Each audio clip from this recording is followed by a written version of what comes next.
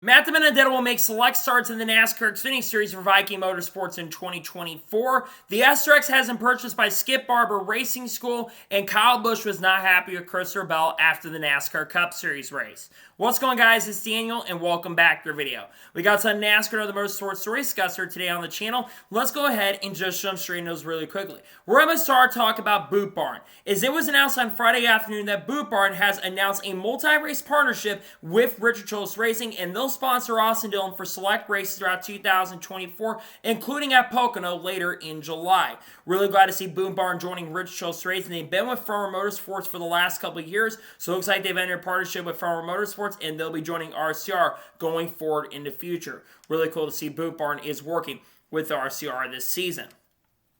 And now we're going ahead and jump on to the next story of today's episode, as we're talking about Realtree. As it was announced on Friday afternoon that Realtree is going to sponsor Kyle Busch in a couple weeks in the Truck Series race at Texas Motor Speedway. This will be Kyle Busch's fourth of fifth races that he'll be able to run in the Truck Series this year. Kyle's already scored a win earlier this year. I think back a couple weeks ago at Atlanta Motor Speedway. He's come close to winning a few races. Now he'll have Realtree as sponsor, which has been associated with the RCR family for many, many years. Glad to see that he's going to be bringing it back, and we'll glad to see the Realtree be joining him for his race with Aspire Motorsports in the Truck Series. Really glad to see him getting the chance and opportunity to work with them. And now we're going ahead and jump on to the next story of today's episode, as we're talking about Kyle Larson. Now, this is reported by Seth Egger from KickingTheTires.net, and Trey Ryan worked on this as well, that according to them, Kyle Larson is the first driver in NASCAR history to lead one lap from the pole, go to the back, and win the race. This is amazing accomplishment. Constantly, Kyle Larson did have some fresh tires near the end of the race and was able to make the pass on the last lap after Shane Van Gisbergen and Austin Dillon got into, which we're going to talk about later in this episode. But I think it's a really massive accomplishment for Kyle Larson. This also was the first time that the 17 car has been able to go to victory lane in the NASCAR Xfinity Series, I believe, ever for Hendrick Motorsports. So it's a pretty big deal for them, and to see that 17 go to victory lane is incredible. Congratulations to Kyle Larson on making history. And now we're going ahead and jump on to the next story of today's episode, as we're talking about Matt DiBenedetto. As he announced on Friday or Saturday that he is going to run races at Millbridge in micros at Millbridge Speedway starting on April 10th. I've already talked about this. We're going to talk about Matt DiBenedetto later in this episode. Matt DiBenedetto is getting some more racing experience on the racetrack at Millbridge Speedway. And for him to get back behind the wheel in the micros is pretty fun and incredible. He wants to get more dirt experience. And I think that dirt experience from racing micros, whenever he does race in the Xfinity Series this year, which we'll talk about later, I think is really going to help him. So congratulations to him on getting the chance and opportunity. And glad to see we'll see him race at Millbridge in micros. And now we're going ahead and jump on to the next story of today's episode, as we're talking about Chase Briscoe. As Chase Briscoe announced on Friday late afternoon that he is going to be reopening his sprint car team, and Mahindra is going to be the main sponsor. I believe Chase Briscoe closed down his sprint car team for about a year or two, or kind of put the sprint car team on a little bit of hiatus to focus on basically going for wins. And now he's bringing it back for 2024. He's been racing in micros, and I do believe they race at the Chili Bowl that team has, but now they're reopening the program to race in other forms, maybe in the High Limit Series. That certainly is a possibility and a shout. Nonetheless, it's really good to see that he's going to be bringing them back. I'm glad to see where the sprint cars are making a return. I think it's a pretty amazing to see that we will see some micro racing back in the series. Congratulations for Chase Briscoe on bringing it back. And now we're going ahead and jump on to the next story of today's episode, as we're talking about the Australian Grand Prix. Now, of course, before the NASCAR Cup Series race and the IndyCar race, which we'll talk about a little bit, took place on Saturday evening late from where I was watching, you had the Australian Grand Prix in Australia. Early in the race, it looked like Max Verstappen was going to run away with the win. However, Max Verstappen, for once, ended his 43 race streak where he's been able to finish races, and his race came to an end with a brake failure, handing the lead to Carlos Sainz. At this point, though, Carlos Sainz would dominate. Lewis Hamilton would fall out of the race, and while Charles Leclerc was starting to catch Carlos Sainz near the end of the event, Carlos Sainz did everything he could, and he came off the corner and picked up his first win of 2024.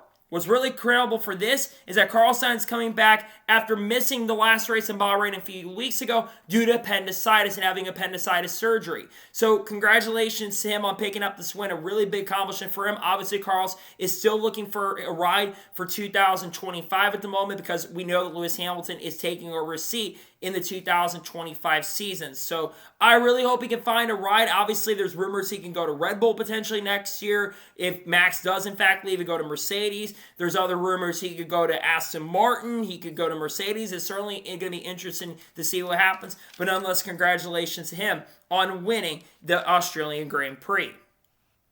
And now we're going to jump on to the next story of today's episode as we're talking about the IndyCar race at the Thermal Club. Now, obviously, this was the $1 million challenge at the Thermal Club. This is not a points-paying event.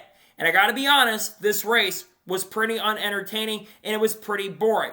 Sure, he had a little bit of tire strategy. He had a little start of drama between Romain Grosjean and Scott Dixon. Romain wasn't very happy. But other than that, I don't think the racing was that great. Alex Palou put up a dominating clinic, won his heat number 2, started on the front row, and dominated the race, led every single lap, and no one really challenged him in the race. Congratulations, Alex Palou, on winning the $1 million challenge. He doesn't get $1 million. He gets $500,000 from the purse money. I think Scott McLaughlin finished second in the race, so he had a pretty impressive performance. And Colton Herta, who is playing a really interesting strategy, finished third in the race. Again, it's cool that they tried this out. I'd love to see an all-star event like an oval, though, because I think oval racing is a lot better than road course racing for IndyCar most of the time. I get what they were trying to do, and I understand completely what they were trying to do because they wanted to put on a good product and a good show. But in my opinion, they did not do a very good job with the racing product. But Alex Palou did everything he needed to do. Congratulations to him on winning the IndyCar race at the Thermal Club. A pretty big accomplishment for him. And now we're going to jump on to the next story of today's episode as we're talking about Austin Green.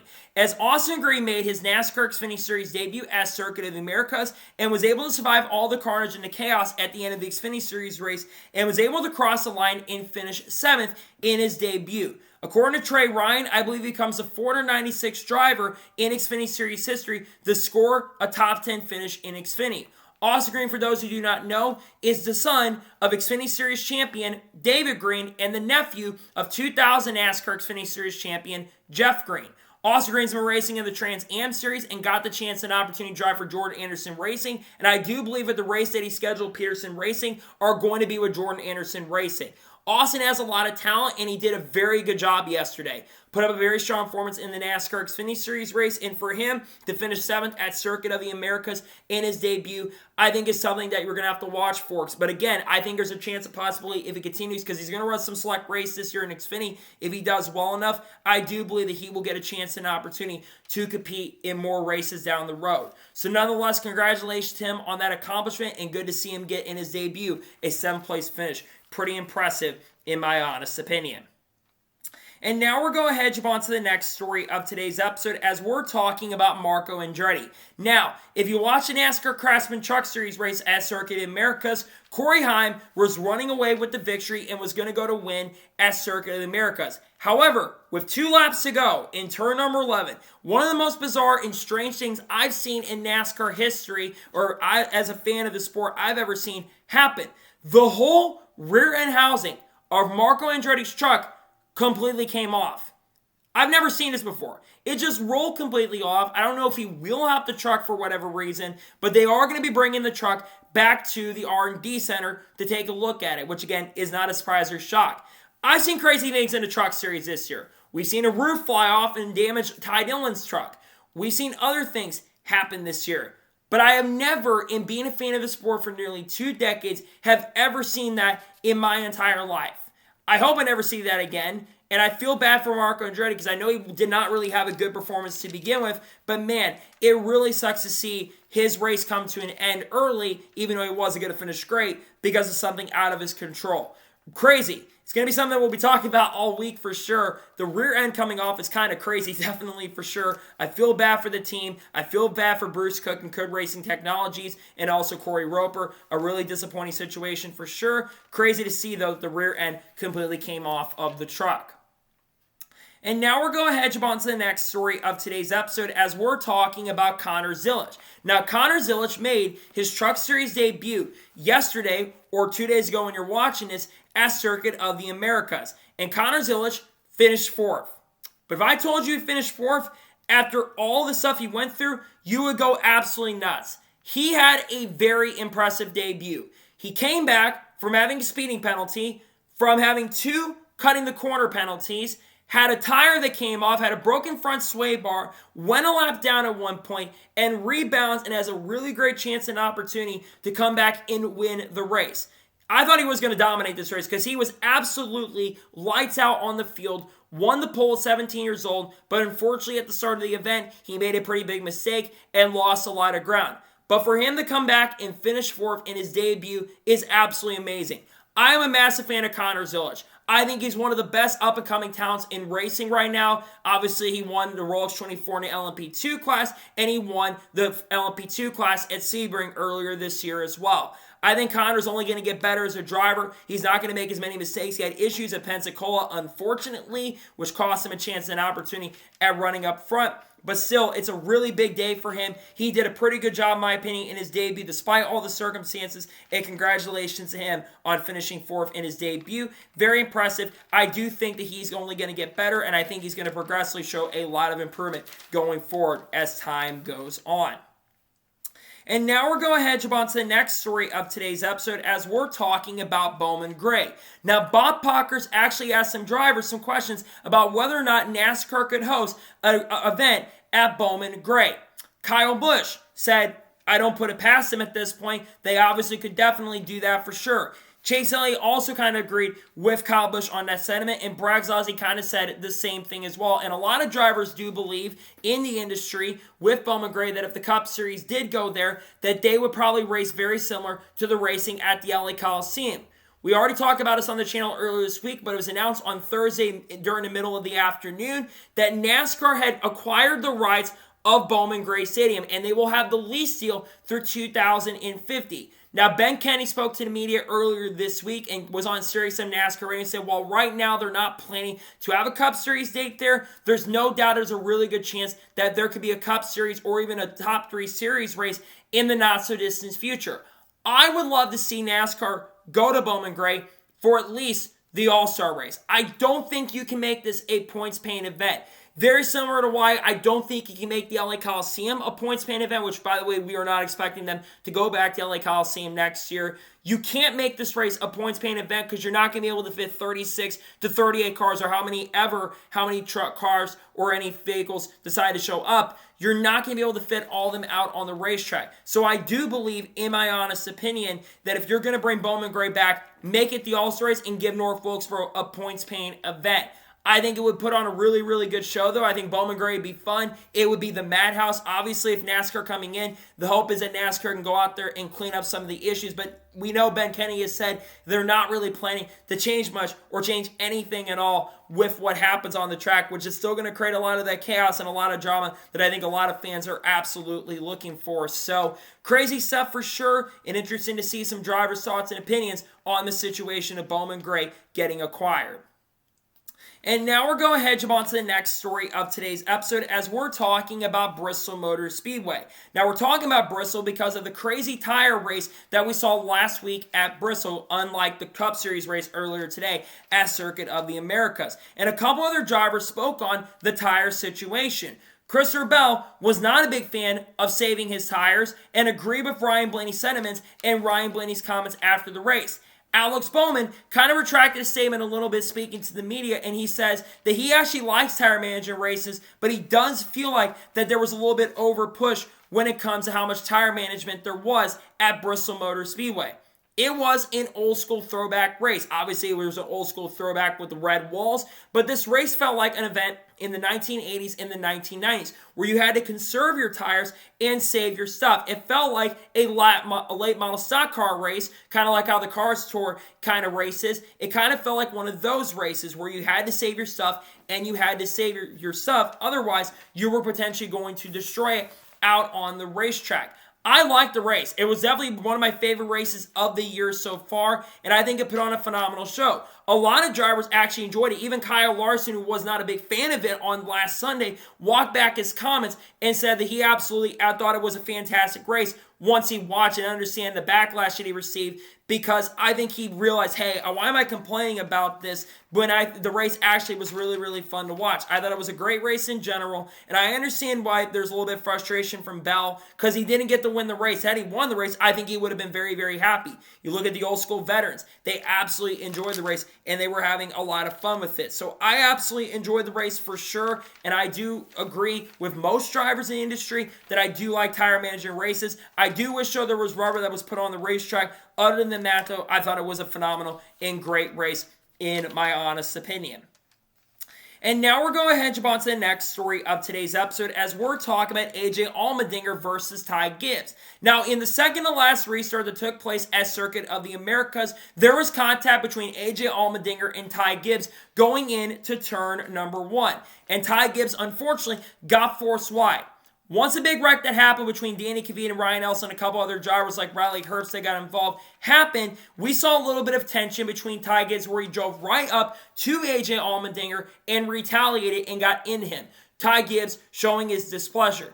As much as Ty Gibbs has shown maturity in the NASCAR Cup Series and shown a lot more etiquette in the Cup Series, I think he does need to clean up how he races in the NASCAR Xfinity Series when he goes down to racer, because while he's gotten a lot of maturity, when he goes to Xfinity, he feels like he has to win every single race and get frustrated. And AJ Allmendinger actually responded to the situation, and he basically said what happened. He said that, yeah, I understand Ty being a little upset, and we'll talk after the race because I do like Ty, but I think he needs to watch the replay to see what happens. And you could tell AJ Allmendinger was not very happy about the situation of what happened on the racetrack. I agree 100% with AJ Allmendinger here. I think that Ty Gibbs needs to learn how to control his emotions and control his temper. He didn't have the fastest car yesterday. He probably had a 4th to 5th place car. But you got to control your emotions in these situations. And Ty's going to get better at that. He's still only 21 years old, and will turn 22 later this year. I do think that maturity is still coming in, and he's definitely learning a lot quicker.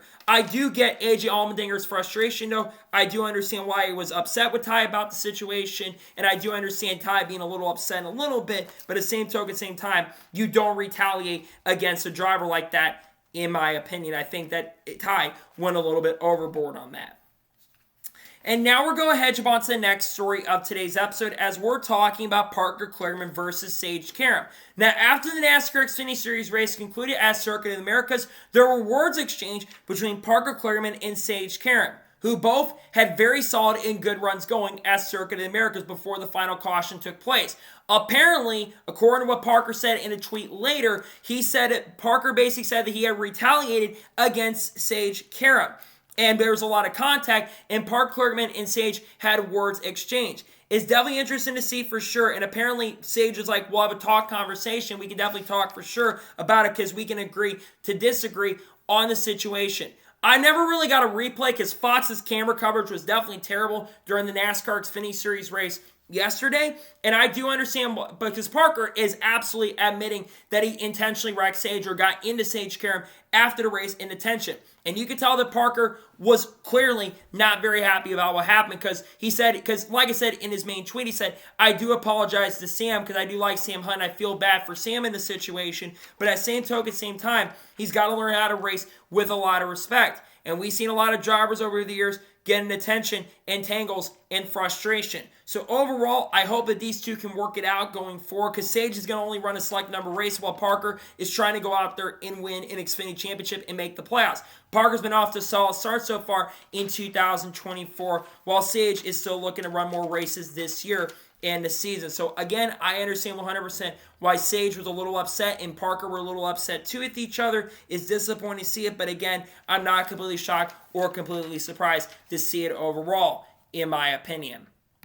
And now we're going ahead and jump on to the next story of today's episode as we're talking about Shane Van Gisbergen. Now, a couple days ago, I talked about SVG's Xfinity Series performance at Circuit of the Americas. He had a very, very strong car and was in position to win the NASCAR Xfinity Series race. But, unfortunately, we had late race restarts. He got into it at Austin Hill and, unfortunately, was going to finish second. However, because he did get a 30-second time penalty. He finished 27th in the race. Now, if you want to hear my opinion, I do believe when it comes to track limit penalties, I understand why they're a thing. But over the course of all 3 days, there were combined about 50 track limit penalties. And I think it ruined the enjoyment for me and a lot of fans who watched the race. You can't just enforce one area of track limits and not enforce it all the way around the racetrack, or give out warnings like Formula One does. Because if we're going to start having track limits, you can't just have it in one area and not having every type of area of the track. Otherwise, you're just making it in a really bad area. And 30 seconds, in my opinion, for SVG was completely harsh in my opinion. If you gave him a 5-second time penalty, I think it would have been understandable. It's a shame, too, because it ruined a fantastic day for SVG. He had the best car yesterday at COTA, was in position to win, and unfortunately got robbed because of a freaking time penalty. I'm not a fan of these track limit penalties, but if we're going to have them going forward, there needs to be a discussion on it. I'm not a fan of track limits. I think it needs a change going forward, and personally, I want to see them go, instead of having 30-second penalties or pass-through penalties, give them warnings. Give them 3 warnings, and if they go across it too many times, then you penalize them, because it's understandable there and they're being way too egregious. But in my personal opinion, I think NASCAR went absolutely overkill on the track limit penalties, and it ruined a perfect day for SVG, who was going to be in a position, because he finished behind Hailie Deegan, and no disrespect to Hailie Deegan, but she was not better than SVG all day. She was probably about a 30th place car. She did get a top 25, which is really good, by the way, but I feel bad for SVG because he's been really good to start this year, and unfortunately he gets robbed of a great finish because of NASCAR's penalties. I think it was a wrong decision on NASCAR's end.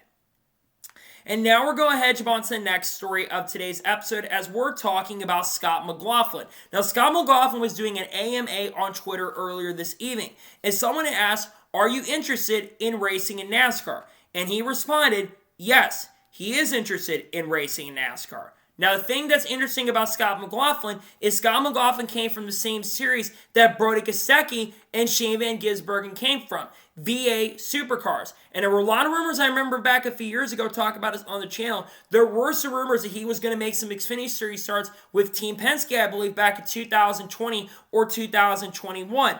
Inevitably, though, because he went with Team Penske's IndyCar program, that opportunity has not come into play. And he would love to get the chance and opportunity to run the Coke 600 in the future. Look, I think Scott McLaughlin absolutely racing NASCAR would be huge. And I think he would be a very phenomenal driver on road courses especially. Now, the big question will be, will Roger Penske let it happen? Because he kind of keeps these drivers under leash and under contract. I think there was a chance, it would be a chance that he would do it, especially a 4th Team Penske car. Maybe bring out the 33 car, or maybe bring back their Penske program in Xfinity, because we know that they were planning to run the Penske program in Xfinity in 2021 for Harrison Burton, but obviously with Dex Imaging going up the Cup, they wanted Harrison Burton to be in that 21 car.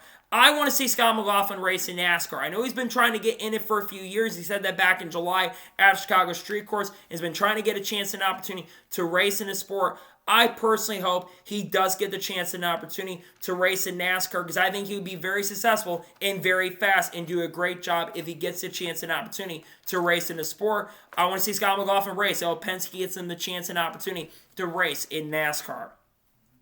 And now we're going to jump on to the next story of today's episode, as we're talking about Kurt Busch. Now, Kurt Busch, for the first time in a very long time, was at the racetrack this weekend at Circuit of the Americas. He put out a tweet on Saturday saying, "I'm glad to be back at the racetrack." Now, a lot of people wondering if Kurt Busch would ever decide to come back. I don't think anyone asked him over the weekend. But I remember back a few weeks ago, we talked about this on the channel, rumors of potentially Kurt Busch racing in NASCAR. Now, obviously, there was an article that came out from Front Stretch speaking to basically the president of 2311 Racing, that being Steve LaLetta, on the possibility of Kurt Busch making a return to NASCAR. And he said that's something you'd have to ask Kurt on if it was to happen.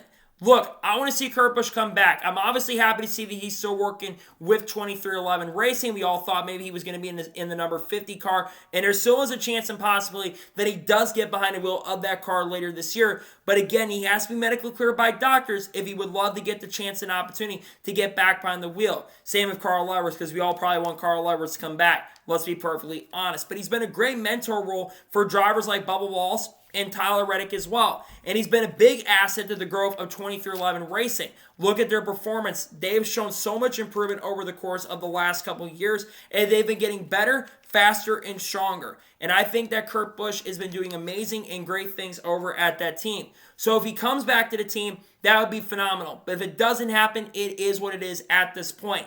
Nonetheless, I really hope it does happen, though, because I do believe that Kurt Busch would still be probably successful. But again, he does, like I said, have to be medically cleared by doctors to get that chance and opportunity. We'll see if that ever happens, but I'm not entirely sure if that's going to happen at this point, to be overall honest with you.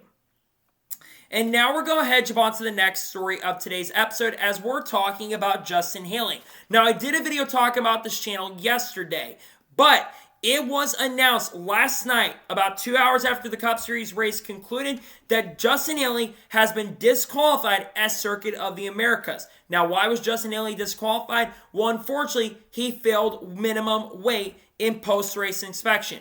After a very impressive performance at Circuit of the Americas, where he finished in 17th but ran in the top 15 and top 10 a lot of the day, unfortunately, that really impressive run he had, sadly, all goes away because he failed post-race inspection. Now, obviously, there is a chance and possibility that we could see RCR Racing try to go ahead and appeal it. But let's be honest here, I don't think that they are going to win the appeal. And here's why I don't think they're going to win the appeal. We haven't seen a lot of people been able to have been disqualified from races go out and win appeals. I think that we saw Kevin Harvick and his team try to do this last year, and sadly it fell through. I think Ryan Blaney's team actually tried to appeal it last year after Vegas, and they actually were able to get it appealed, and they were able to win. So will RCR Racing be able to get that leniency? I'm not entirely sure. But this changes a lot of things. It moves SVG up inside the top 20. It moves Kyle Larson up a spot. And it changes the race results definitely quite a bit for sure. Again, it's really disappointing to see this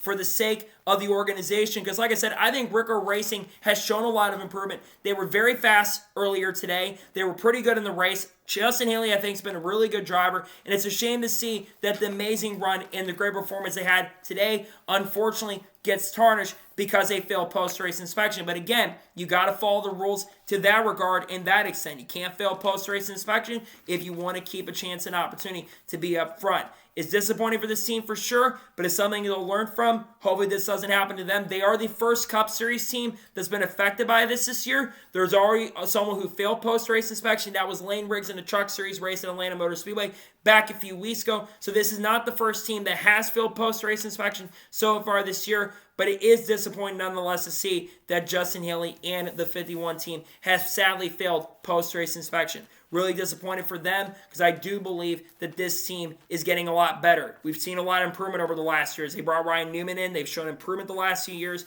I'm glad to see them showing improvement, but again, it's disappointing to see that they did in fact fail post-race inspection. And now we're going to jump on to the next story of today's episode as we're talking about F1 and NASCAR. Now, Avery Hage, who is a very popular follow on Twitter, put out a little bit of an excerpt from the teardown earlier this evening. And this was reported by Jordan Bianchi and Jeff Gluck as well. According to them, there is apparently talking conversations about potentially NASCAR going to another Formula One style track in the future. Obviously, NASCAR has one current Formula One style track that actually is an F1 track, and that is Circuit of the Americas. It sounds like they're talking about going to another Formula One track that F1 currently races at the moment. Now, what are some potential possibilities and locations? Well, I think there's a couple pretty big ones. The first one is the Autodromo Hernando Rodriguez track in Mexico. There's a lot of talk that NASCAR is trying to go to Mexico for 2025, especially with the Clash. Now, I would imagine they're probably also talking more about going to a stadium than anything else, like a soccer stadium or football stadium over there in Mexico to put on the Clash. So I don't know if that's true, but if they are looking to go to Autodromo Hernando Rodriguez, the track in Mexico City, I think that would put on some really phenomenal and great racing. There's also Montreal, the Canadian Grand Prix racetrack. NASCAR used to race at that track from 2007 up until the end of 2012. And I think they'd always put on some fantastic and great racing. And it's no secret that they actually were planning to go there in 2025 and race there. But unfortunately, because Formula One moved their date to a little bit earlier in the year on June 9th, which NASCAR had been planning to run the Cup Series race at Montreal there. Obviously, F1 and NASCAR really don't like each other, it seems like, and they really can't seem to coincide for whatever reason. That did not end up happening. NASCAR has also said they're looking to go up in Canada, though Mexico seems to be a front runner. But there's another track that is reportedly emerging. I saw something on Reddit earlier today. There apparently was a Dutch article that came out, and apparently NASCAR is in talks and conversations about potentially going to Europe and racing at Zandvoort, which is where the Dutch Grand Prix takes place. Zandvoort is a very technical racetrack. Formula One always puts on some pretty solid and good shows at that racetrack, and you have to be very technical, and you have to be pretty precise. I would love to see them go to Zandvoort and go to Europe, because obviously the door became wide open when we had the Le Mans race last year, where the NASCAR Garage 56 entry went there and showed a lot of success and was very, very quick and pretty fast.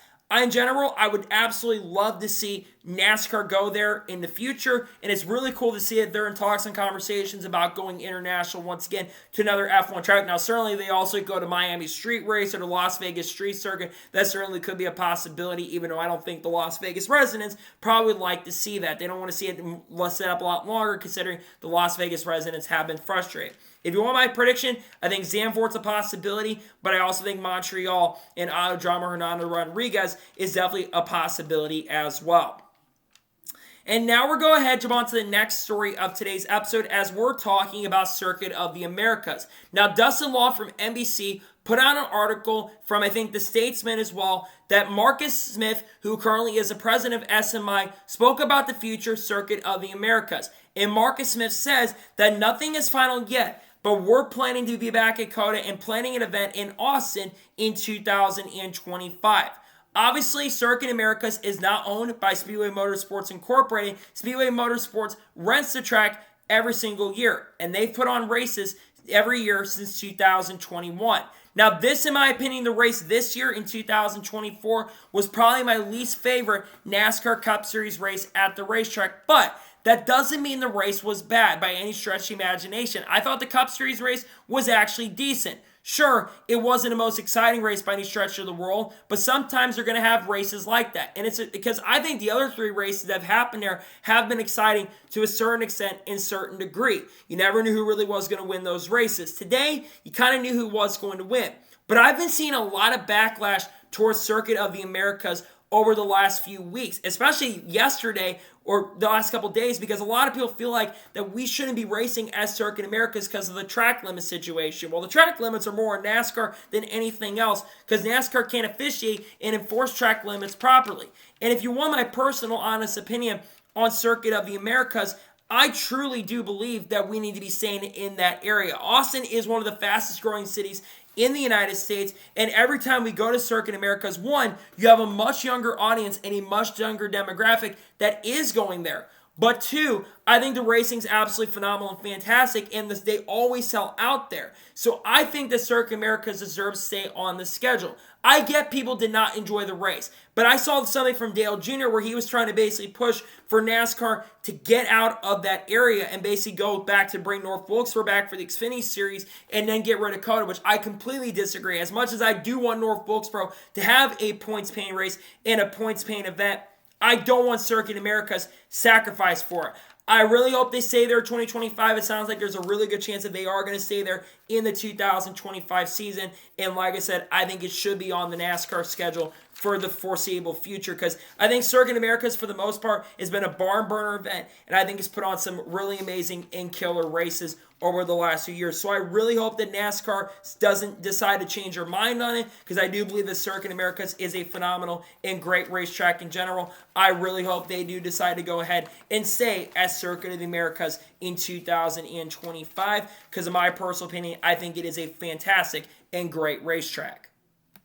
And now we're going ahead and jump on to the next story of today's episode, as we're talking about Austin Hill versus Shane Van Gisbergen. Now, if you watch the NASCAR Xfinity Series race at Circuit of the Americas, you saw what happened between SVG and Austin Hill. So going into the final restart of the race, you had SVG who was starting on the front row, and you had Austin Hill who was right behind Shane Van Gisbergen. And going up into turn number 1, Austin Hill completely sends SVG wide up into the racetrack and goes by and takes the race lead from Shane Van Gisbergen.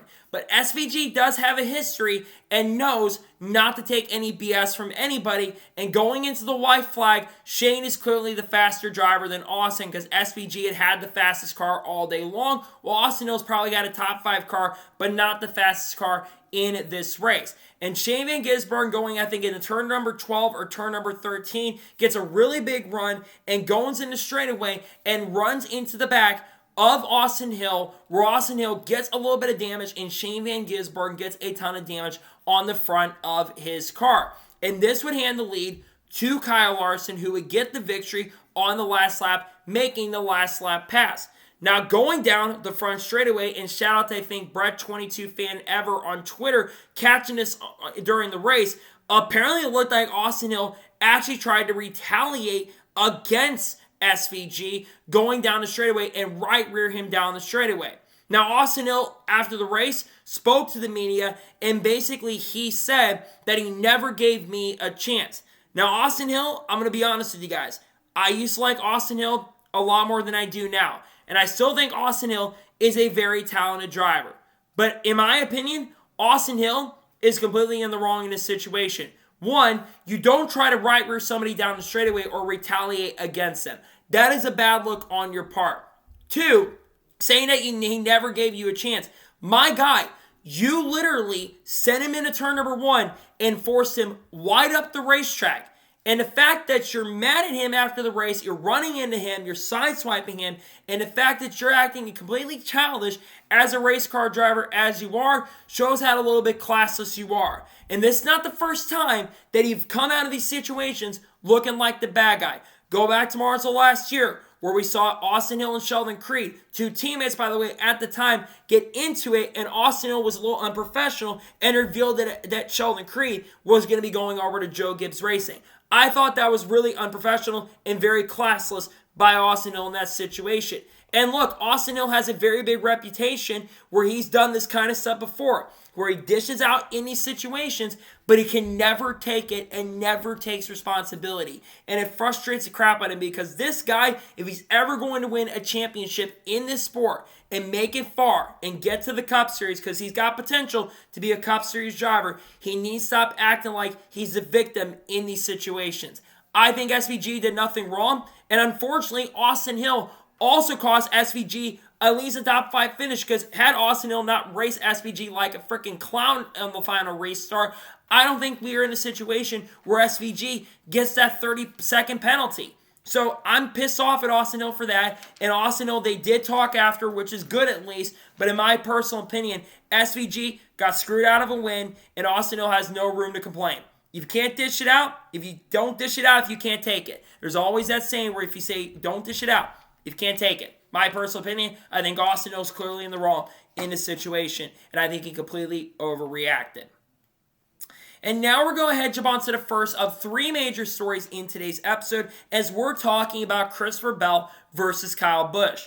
Now, if you watch the NASCAR Cup Series race, which I assume most of you that are watching this channel watch the race, you saw the frustration that Kyle Busch showed to Christopher Bell after the race, which is now the second year in a row that Kyle Busch has shown frustration to a driver. Go back to Ross Chastain, what Kyle Busch said about Ross Chastain last year. But with about 20 or 30 laps to go, Kyle Busch got turned by Christopher Bell. Now, what it looked like from the replay, it looked like Kyle Busch actually kind of came down just a little bit, and Christopher Bell got in him there. After the race, like I mentioned, Kyle Busch was genuinely, for the first time in a long time, he was not very happy at Christopher Bell. He walked up and showed his displeasure. Now, there were never any pushes shoved. There were just words exchanged. He said, "Have I ever wrecked you before?" Christopher Bell responded by saying, "No, I've never wrecked you before." So Kyle Busch said, "You're on my list now." So we now have got a potential rivalry brewing between Christopher Bell and Kyle Busch, who, by the way, were 2 former teammates, because they were teammates back in 2021 and 2022. Look, I get Kyle Busch being frustrated at Christopher Bell. And Christopher Bell actually responded to the situation, and he said that, look, it looked like he kind of came down, which I kind of do agree with Christopher Bell to an extent. Yes, Bell did kind of send it in the corner, and he did really just kind of send it there, and it's kind of on Bell, but it also was on Kyle Busch. To me, it was a racing deal, but I think Kyle Busch was frustrated because he had a top 5 potential car and could have been up there competing for the win and victory, similar to Christopher Bell, who went on to finish in a runner-up position at a really, really good day. Now, Bell did apologize to both Kyle Busch and Kyle Larson. I am a little surprised Kyle Larson did not go up and confront Christopher Bell on this, but I think the big reason why Kyle Larson wasn't as frustrated as Kyle Busch was is because Kyle Larson did get a win earlier in the weekend on Saturday at Circuit of the Americas in Xfinity. So that's why I don't think Kyle Larson was mad or frustrated. And I think Christopher Bell generally has been one of the cleaner guys out on the racetrack, but in that situation, I kind of have to put a little bit blame on Christopher Bell for being a little bit too over-aggressive in that situation when it comes to the racing etiquette. But again, I have not seen Kyle Busch be that mad or frustrated. He's expressed frustration in situations, and he's very blunt, but Kyle Busch has become a more popular driver. But I do think now that Christopher Bell fans who have been growing to respect Kyle Busch are probably now going to show more displeasure toward Kyle Busch going forward. Because I think the welcoming committee and a welcoming of him being an RCR might be starting to wear off just a little bit on Kyle Busch. And you think about Kyle Busch so far this year, yes, he did have a very strong run at Circuit of the Americas, but the last couple weeks prior to that have not gone so well for him. So I think he's a little frustrated about that as well with the performance, and I think he does want to do a lot better than he has shown. But I do understand Kyle Busch's frustration, and I think it could lead to a rivalry going forward. Again, I don't think Kyle Busch spoke to the media. I think he just completely walked off, kind of like we did at Bristol. I don't think he answered the media's questions on that front. And again, I think Kyle Busch is probably happy that he at least comes out of this race with a top 10 finish. But I bet he wanted more, and I do understand Kyle Busch's frustration. But in my opinion, I think there is some blame that does go to Kyle in the incident because, to be fair, Kyle Busch did come down on Bell just a little bit, but I think Bell came up. To me, it was more of a racing deal, so I think Bo should at least take a little bit of responsibility for the incident. But once again, we've got tempers coming out of Circuit Americas, not just from the NASCAR Xfinity Series race, but also from the Cup Series race as well. And we're going to short track this upcoming week at Richmond during Easter, and maybe, just maybe, we'll see Bell and Busch get into it, even though it seems like RCR's short track program hasn't been as good. We'll see if those two drivers get into each other this upcoming week at Richmond Raceway. We'll see if things come out from this incident. And now we're going ahead and jump on to the first of two major stories in today's episode as we're talking about the SRX. Now, I talked a few months ago back on this channel that the SRX was going to be shutting down at least and taking a temporary hiatus, and we all thought that the SRX was going to be completely done. It sounds like that is not going to be the case because it was announced on Friday that the Skip Barber Racing School has purchased and acquired the SRX. And it looks like the SRX may be back. According to the article that came out from Racer.com, there will be more info in coming weeks. Now, why has the SRX been acquired by the Skip Barber Racing School? Well, two key reasons. One, the Skip Barber Racing School reportedly, and Breakart brought this up in his video, apparently the Skip Barber Racing School has been the one that has been building the cars, which is why this is happening here. Two, Don Hawk, it was announced on Thursday, has become the chief CSO of the Skip Barber Racing Car School and has become one of the higher-ups at that group, meaning that they have brought that back. And if I'm not mistaken, recently they've been having some sort of Legends events that have been going on. We all thought, like I said, that the SRX was completely gone. They lost their contract with ESPN, and we all thought the SRX was shutting down. And they basically abandoned the SRX in fully. But now it looks like it is going to be back. Now, the question is, we'll have more info in the coming weeks. Will there be any racing in 2024? There certainly could be a possibility that we do see racing in the SRX in 2024. But maybe it might not be till later in the year. The other question is going to be, what drivers do they get for the series? Do they go after and get some star drivers like a Haley Deegan, like a Tony Stewart again, like Chase Elliott, like Kyle Larson, like a Matt DiBenedetto perhaps, like Ryan Newman, like Brad Keselowski, like Kyle Busch, or are they going to go after, or even Carl Edwards too, or like Dale Jr.? or if they're going to go after retired drivers like Bill Elliott, like Michael Waltrip again, like Willie T. Ribbs again. Are they going to go after those veteran drivers? Because when the SRX was around in those 3 years, for the first 3 years of the series, I think it was definitely enjoyable for sure. But I think it definitely did lose a lot of its identity as time progressed and went on. And you look at the final year for the SRX until now in Season 3. Because Season 1 had an average of 1.2 million viewers on CBS. And then it tapered off a little bit and averaged under, I think, 1 million viewers. I think it bumped a little over 1 million viewers in 2022. And then last year, they moved over to ESPN for Thursday Night Thunder, and we all thought that it was going to absolutely bang, and it was going to do absolutely incredible. Unfortunately, that did not end up being the case, and it flamed, and it only had about 500,000 viewers on average per race, and some of those races were struggling even to get 300,000 viewers because for whatever reason nowadays, Thursdays are dead night, and even especially for NFL games that are on Amazon Prime, they seem to struggle when they happen during those times as well. So that's why I think the SRX failed, and they also had a lot of cars that were completely destroyed. You can thank Paul Tracy for that. And we only have a certain amount of cars and a certain amount of races that you end up doing. Your series, unfortunately, kind of fades into obscurity. But at the same token, same time, I think it's good to see that it at least is going to be coming back to an extent.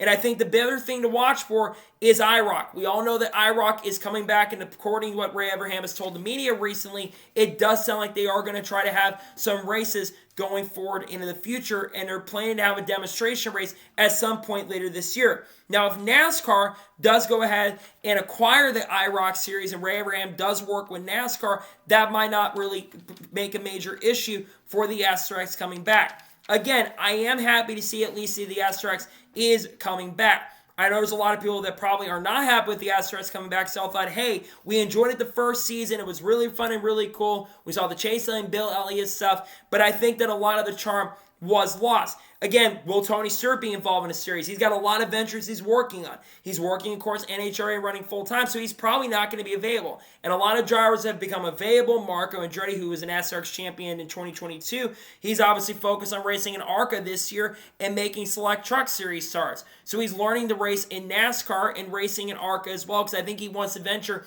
in racing in NASCAR currently. So I think that's going to be the big thing that is going to hurt the SRX, is what drivers are they going to be able to get, because I think they've lost the opportunity to get some of the drivers that they're looking at getting. It's good to see. Again, I am happy to see that the SRX is in fact making a return. It's just a shame to see that it's happening at this point. Again, I think it's going to be tough for them to race this year. Now, could they go to the tracks that they assign? Certainly possible. And what TV networks are they going to go with? Maybe they go with Flow Racing, because every major racing series out there, like High Limit and World of Outlaws and other big companies, are on Flow Racing. Same with the Cars Tour. I imagine that they'll look to go to Flow Racing. If not, maybe MAV TV. That could be a possibility as well. Again, it's going to be interesting to see what happens, but nonetheless, it is good to see that the SRX is making a return, and they are making a comeback in 2024. We'll see if they do, in fact, end up racing. And now we're going ahead to jump on to the final major story of today's episode, as we're talking about Matt DiBenedetto once again.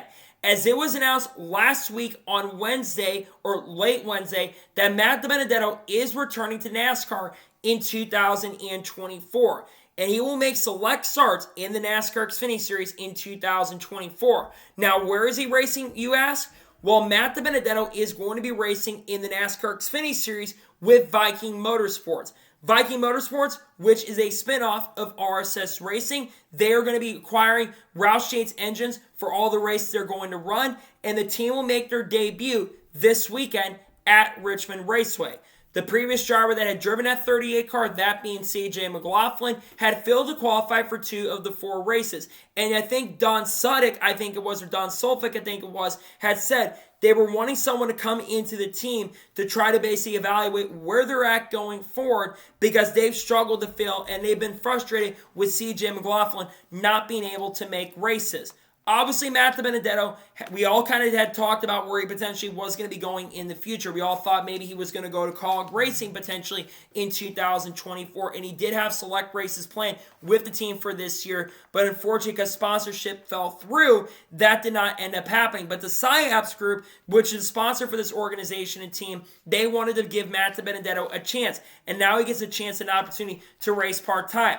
Now, Matt DiBenedetto only currently has 5 races at this particular moment planned for the 2024 season with this team. But the hope is that if they make it all 5 of the races they're planning, which is Richmond, I think Dover's another race they've got planned. I think Martinsville is on their schedule as well.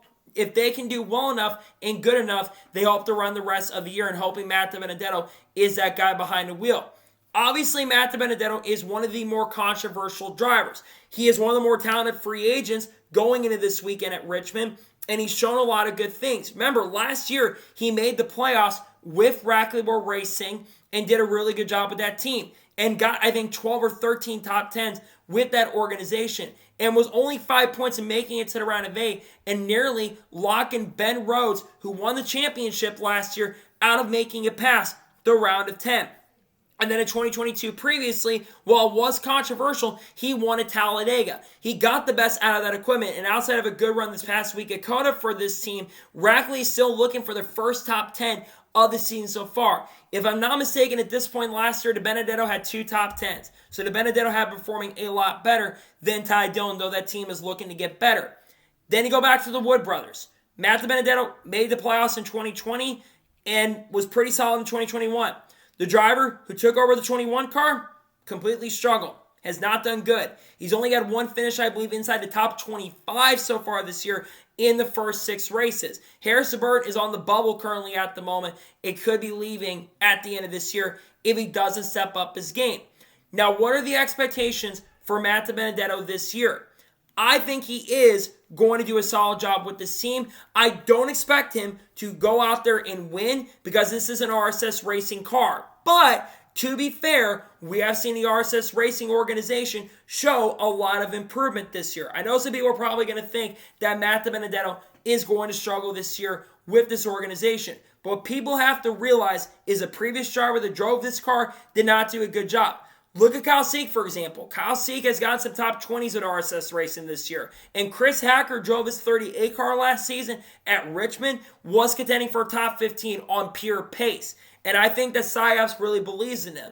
So I think Matt DiBenedetto deserves a chance and opportunity. Say what you want to say about the issues off the racetrack, which again, he does 100% need to clean up that part in that aspect of himself.